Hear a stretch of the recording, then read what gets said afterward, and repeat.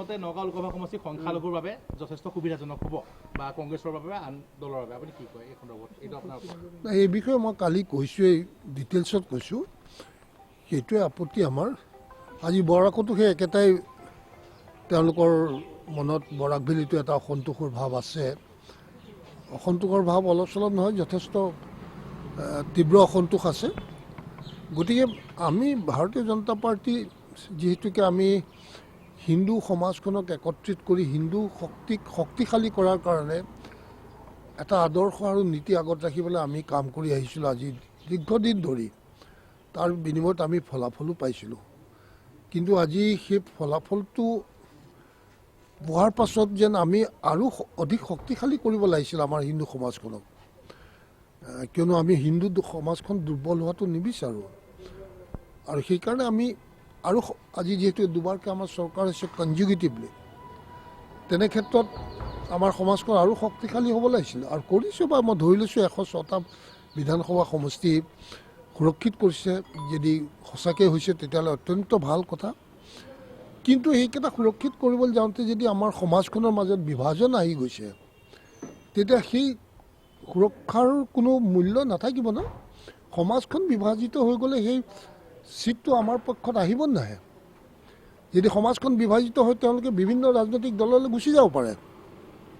আৰু গুচি গ'লে সেই চিটটো আকৌ আমি যদিও সংখ্যালঘু মানে আমাৰ হিন্দুসকলৰ গড় হিচাপে তৈয়াৰ কৰা হৈছে কিন্তু বিভাজিত হৈ গ'লে সমাজখন ডেফিনেটলি সেইটো চিট আমাৰ হাতৰ পৰা ওলাই যাব তো এইসব কথাত আমাৰ অত্যন্ত আমাৰ দুখ ওলাইছে বেয়াও লাগিছে কিয়নো বহু কষ্ট কৰি আমি হিন্দু সমাজখনক একত্ৰিত কৰি আজি এইটো পৰ্যায় পাইছিলোঁ আৰু অসমৰ ৰাইজে যথেষ্ট আমাৰ ওপৰত আস্থা বিশ্বাস আৰু ভৰসা ৰাখিছিল আজি মই দেখিছোঁ এইটো বৰাকত অসন্তুষ্টি হৈছে কিয়নো বৰাকৰ পৰাই বিজেপিৰ জন্ম হৈছিল বিজেপিৰ যেতিয়া 8জন বিধায়কৰ জন্ম হৈছিলে এই 8জনৰ ভিতৰত 7জন বৰাকৰ পৰা আহিছিল আৰু এজন আমাৰ ধুবুৰী ধ্ৰুৱসেন আহিছিলে সেই তেওঁলোকেই প্ৰথম বিজেপিক সৃষ্টি কৰিছে অসমত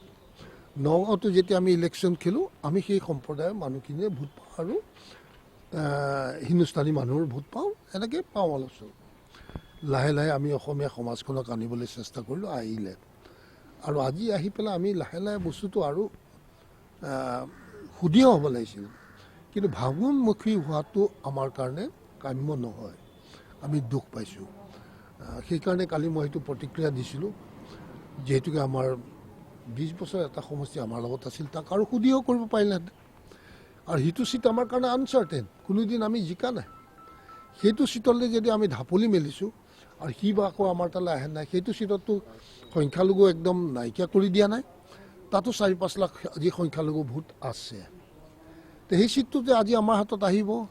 তাৰ কি নিশ্চয়তা আছে গতিকে দুটা চিটে আমি হেৰুৱাব লগা হৈছে নগাঁওটো হেৰুৱাইছোঁ আৰু হয়তো কলিয়াবৰটো আমাৰ হাতত নাহে